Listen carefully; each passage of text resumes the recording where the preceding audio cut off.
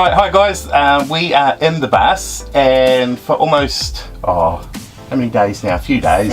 6 days. Maybe. Wow. Maybe a week. Yeah. Wow.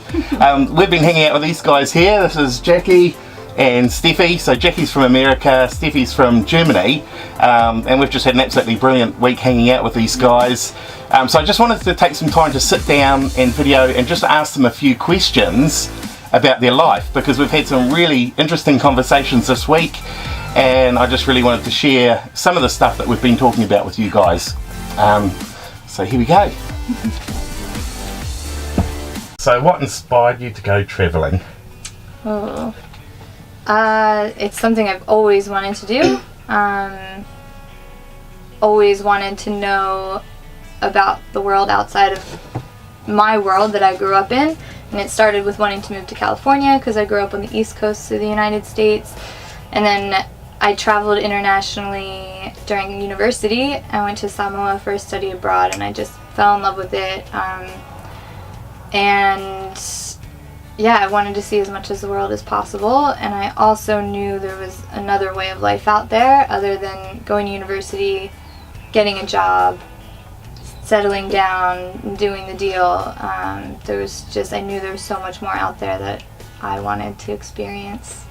For me, it was actually, I never wanted to travel, like in my teenage years and everything, and even when I started my studies, I never thought about to travel, and my dad was kind of pushing me, like, oh, come on, doing your internship. I had to do an internship doing my studies, do it abroad, but he expected me to go to England or Switzerland or France, but I decided to go to South Africa when I was 21.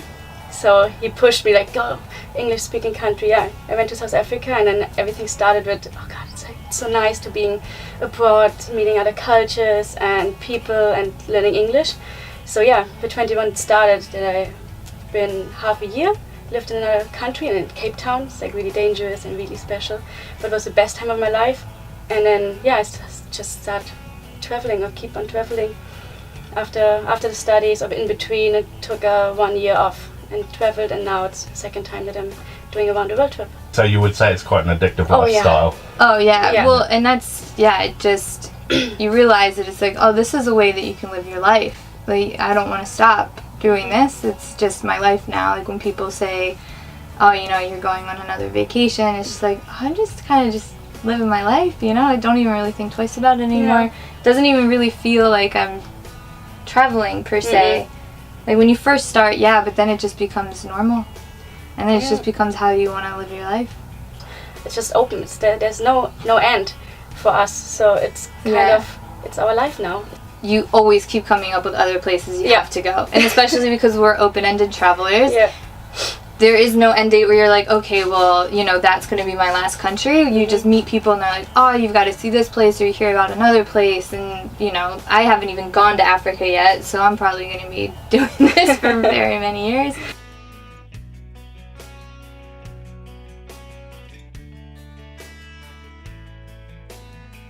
There's a big world to see out there, isn't there? It's insane. Yeah. And it gets smaller in a sense, but it also keeps getting bigger. Why do you say it gets smaller?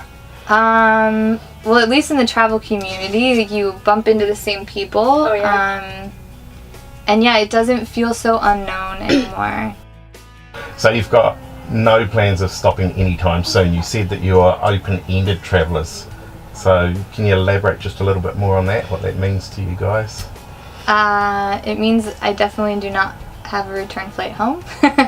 I had an idea for a little while to go back to the US or somewhere and do grad school in 2018, but now that feels really soon. So I think eventually I would like to stay put somewhere. I definitely would like to go to grad school and get my master's. But every time I seriously think about it, it just seems too soon. When I first left, I'm pretty sure I would only travel for 6 months to a year. I didn't realize it was going to be quite so open-ended. I didn't leave with a set plan, but I kind of figured I would go back after 6 months to a year. And then it's probably a month in, I knew, I was like, well, it's definitely going to be at least a year. I had a plan when I left Germany, like, okay, maybe 15 months, like doing 3 months Southeast Asia. I did my dive master in Malaysia, so that was my plan. And then after this to go to New Zealand for a year, but it would be like August. So now I skipped August like a couple of months, and now I'm arrived in New Zealand in February. So like in between, was just met Jackie, and it's like, oh, suddenly I was in the States, and then in Cuba, and then back to Germany. Yeah, so I was Cuba. like, always changing plans in between. It was not my plan at all to travel that long, but now it's kind of got an open end traveling. So friendships. Yeah. How does that work when you're on the road? Do you get lonely? Obviously you two have started travelling together. How did that happen? And do you make a lot of friends? Do you keep friends? Do you lose friends? How does that work? Oh, it's so I'm getting goosebumps right now because it's such a it's a very it's like an emotional topic. Yeah, it is. Your idea of what friends are and changes a bit. And when I was in California, I had a core group of friends that was such a strong friend base. We were really close. We knew everything about each other's lives. Like, we were each other's emotional support. And so coming and traveling and having people only know me for a few days, it's just weird. They don't have all my back history. Yeah. They don't understand why I do certain things, and it's totally different. But it's part of the fun. You know, you meet people, you have a great few days with them, and then you part ways, and sometimes you get really lonely and you're on your own, and other times you're like, I can't get away from people, there's so many people everywhere, and want to be alone, I just want to talk to everybody. Yeah. You meet a lot of people for just a couple of days, with some you stick for 2 months together and start traveling, and you meet them again because all the travelers have the kind of same route. Yeah. So many friends of us are in New Zealand right now. Oh yeah, that's why I'm here. Because I was like, all the people I've met while traveling, who I've really gotten along with, all were in New Zealand. Yeah, and I met another guy I met in Malaysia, met back in Cuba, and then I met another girl in Cuba, and I visited her in the Philippines because she was in the Philippines. So it's always like, it's getting along, and you're meeting other friends around the world, and you're having friends around the world for forever. Doesn't matter, Yeah, you have such a global community. Yeah. I always think, like, if I get married, it's going to be so interesting because my friends are so spread out. It's like, how do I want to invite everybody, but I can't expect anybody to ever show up. So you think it's given you a much better understanding of people? I think so. Different personalities, different... Your tolerance gets higher, I would think, Yeah. Also, you're meeting different characters you would never meet at home because it was like, no. You would never ever think you would, like Tato. Some of the people that we've become really close with, just if you were to be in uni or something with them, you probably would have crossed paths but never really struck up a conversation with. So that's, and also you meet people like, oh, actually I don't like you, but I have to stick with you next 2 days because we booked like a hotel room with each other or whatever. So you learn how to deal with people. Yeah. And you get over the first impressions. Sometimes as well, it's like first impressions, like, oh God, okay, but what are you? And then you talk to them, it's like, oh God, I love you. Yeah, so you're more willing to give people a second chance. You're like, Yeah. And you definitely are patient with the people you are friends with because you're together all the time. So you see the good, the bad, and the ugly. The more you travel, the more you realize that cultures are different, societies are different, but people are very much the same. It just, you're like, oh, okay, like we're all just kind of humans, and our circumstances are different, and we behave differently in some ways, but at the end of the day, like, you can really see it with how societies react to babies. Like, every society just goes gaga over babies. Yeah. Okay, so a question we get asked a lot, being full-time on the road in our bus, is how do we survive financially? How do we pay for food? You know what I mean? Yeah. So obviously that's probably a question that maybe you get asked. I don't know. All the time. So how do you survive? Well, we rob banks every other week. Like when you're tired, sometimes, I saved up a bunch of money before I went. I was working 3 jobs at one point. Like, right before I left, I got the 3rd job. And you just budget, and actually we're not even that strict with budget in terms of, I don't keep track of how much I spend every day. I just have a general idea of like, okay, I know we've spent a lot last week, but you have a hefty savings, and then traveling and as backpackers, there's so many options to cut your costs, like woofing or work exchanging. I did that in Malaysia, and I got to dive for free every other day and stay for free, and so that really helped. It's really not that expensive. You just live really simply. Really depends. You just have to figure out what's the cheapest way in special countries. What to do, how to do it. I saved a lot of money as well before. I worked 2.5 years and still lived like a student. So I had a shared flat and I haven't had a car, just a bicycle. So I saved all my money I earned, kind of, just saved it for the travel because I know I want to go away again, and saved a bunch of money. And it's going, Yeah. But yeah, approximately I spend 1,000 euros a month. Has your attitude towards money since living in suburbia or whatever to travelling, has your attitude towards money and stuff changed? Oh yeah. Oh yeah. Yeah. In what way? I'm just not so rigid about it anymore. And yeah, it's just not, I feel like I don't really need it as much. But I never really had that in the US where it was like, okay, I need to save up $50,000 to buy a house. It was always like, okay, I need to save up just enough to go traveling. Yeah. But even after my first trip, I came home and was like, God, I have so much stuff I don't need, because I was living out of a backpack, 20 liters backpack for 1 year, and I knew everything, where everything is. I need a plaster, okay, exactly there. And then I had a big flat again with so much stuff I didn't need. And I was like, it was too much. And even really think not even about the money, so also about the stuff you need. I don't need a car, I don't need a big flat screen or the newest computer or the newest smartphone or the newest clothes even. Like, don't have to buy anything in Zalando every time. So you think about what you're spending, like way more. Even you sometimes like, oh, it's like $100. I could live in India for 3 weeks for $100. Yeah. So you think more like, oh, I could spend this 3 weeks over there or buying new shoes. Yeah. That's what I start thinking about. Yeah. In the US, it's really easy just to accumulate a lot. It's very much a culture of more. And so my friend, I have so much stuff in her garage that at this point I'm just like, yeah, you could probably just get rid of all of it. There's like a few sentimental items that I'd rather not lose, but yeah, just so many clothes. Yeah, it's so unnecessary. Now it's just a nuisance. So we were talking the other night and you mentioned your family and you shared quite a bit about your family. You seem extremely different. Yeah. You're not following maybe the goals or the lifestyle that maybe your parents imagined or your family would imagine for you. Why do you think that is? Well, I'm the middle child, so naturally rebellious. I don't actually really know. I just have always felt that maybe there's more and that there's a different way. And I haven't always seen it make people happy, that lifestyle. And it never really felt right to me to be kind of settled. You know, growing up in middle-class suburbia, like I got this sense that like a lot of adults just felt trapped. And I just didn't want that.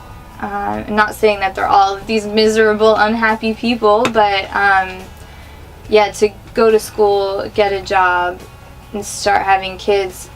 So when you were younger, you know, you probably had, I don't know, dreams or thoughts of what your life was going to look like. Yeah. Does it look anything like that now?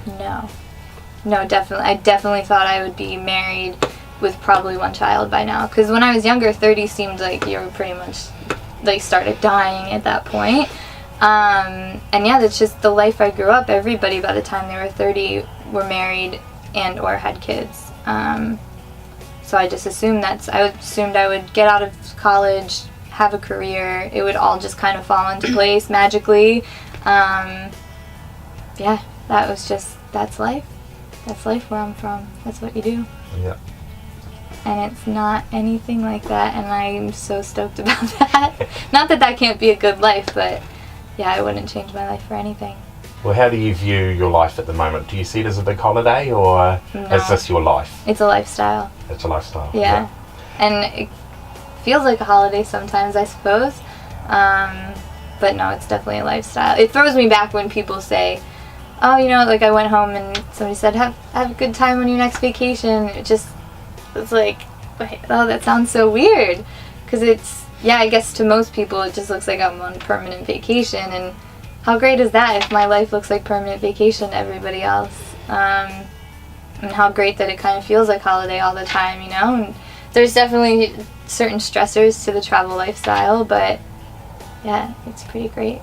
So I guess it can kind of be compared to a holiday, but at this point it just feels like life. Just how we live life. So, is there anyone in your family or that's close to you that is disappointed with what you're doing? Nobody that openly says so, no. Oh, that's easy. Yeah. Yeah, nobody is quite... Oh, no, my grandma. Yeah, of course. Yeah, she says I'm killing her by going overseas. Is that just because she misses you, or...? No, because I should be home with my mom and helping my mom, and the world is so dangerous, and, you know, I should have a job, all of that. So is the world so dangerous? No, it sounds like the U.S. is pretty dangerous right now. I mean, yeah, no, it's not. Oh, yeah. It's pretty great.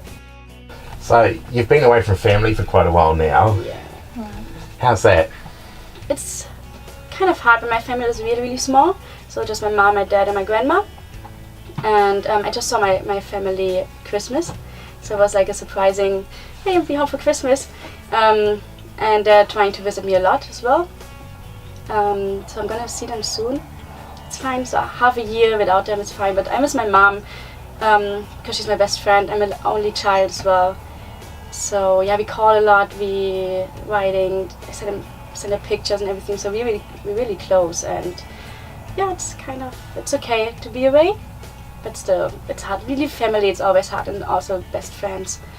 But yeah, I got my friends also visit me on my travel. Yeah. My grandma hates it what I'm doing. Does she? Why is that? I don't know. She's letting me know every time I call her. I was like, oh, when you come home, when you're gonna have a normal life, when you have a job and doing family stuff. I was like, sorry, Grandma, don't bother me every time I'm calling you. Every time, really every time. So maybe she's not hating it, but she doesn't like it that much. Or she is afraid that I'll never come home again. And yeah, but yeah, she's kind of, I don't like what you're doing.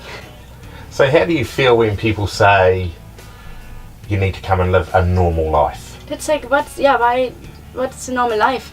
That's another big question. Why is it having a job, husband, family, house, why is this a normal life? What is defined as a normal life? So for me, it's more a life I don't want to live right now. Or right now, I say right now because now I'm still young for me, and still it's like that's not a normal life. A normal life for me, it's in your 20s, 30s. Yeah, experience the world, find yourself, for example. Like it's a special thing. Find yourself. What do you want to do with your life? And yeah, I don't want to work the next 40 years, even maybe longer, and having the same boring day. I did it for 2.5 years. It was okay because I had like a goal to save money, but it's like I had to change it. And even it was good work, but I had to change it because it was every day the same. And yeah, so Life in 10 years' time for you, what does that look like? Life in 10 years' time. in 10 years. In 10 years' time down the track. 10. Number 10. 10 years. Ah, 10 years also. Life in 7 years' time for Okay. you. What's that going to look like? I have no idea because I never make plans anymore. I can't tell. Even people ask me, oh, when you come home like in 1 year, what are you gonna do? It's like I don't even know what I can do in the next 5 days. So how am I gonna know what I'm doing in 10 or 7 years? It's like could be everything. Of course, I'm looking for the love of my life. Maybe could be happen, could not. Could be in New Zealand, could be in Germany, could be everywhere else in the world. Of course, I want to settle down. I think I want to settle down somewhere. Even could be in Germany, could be here. But I have no idea where life brings me, so I don't make any plans. I hope I'm going to be happy. That's all I want to be. Are you happy now? Yeah. Look at my smile. No, I'm really, really happy. I can really say that's what I'm going to do right now, and I'm doing it. And it was a dream of mine. And yeah, I'm really, really happy.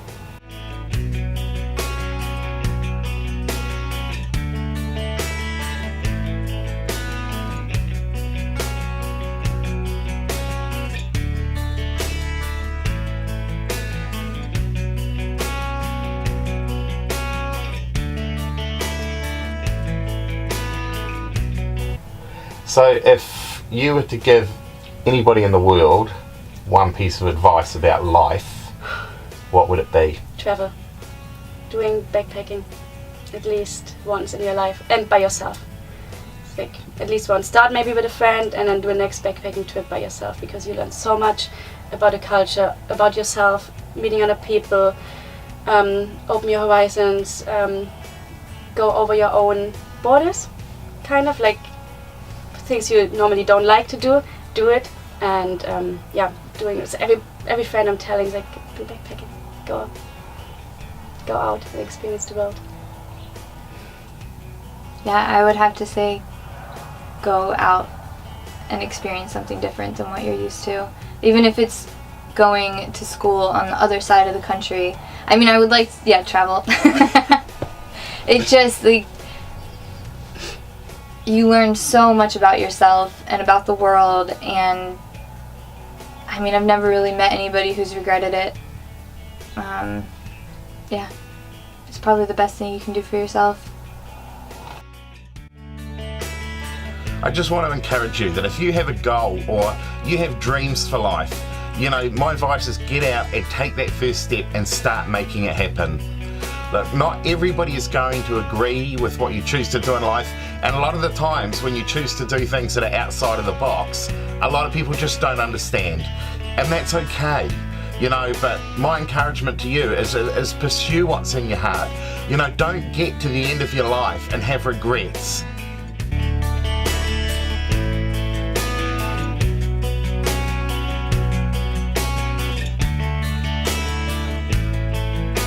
Well, thanks for watching my channel. If you enjoyed that video or it encouraged you in some way, please subscribe, share it with your friends, let them know about it. If you'd like to watch another one of my videos, you can click up here to check out the next video. I've got a lot of videos that I'm still in the process of creating. I'm going to be covering topics like passive income, residual income, how to pursue your dreams, the struggles on the way, the principles you can apply, you know, how to deal with stress in your life. You know, just going to cover a wide range of topics that will hopefully appeal to you in some way. So yep, so subscribe, get on board, follow my channel, and let's enjoy the journey together.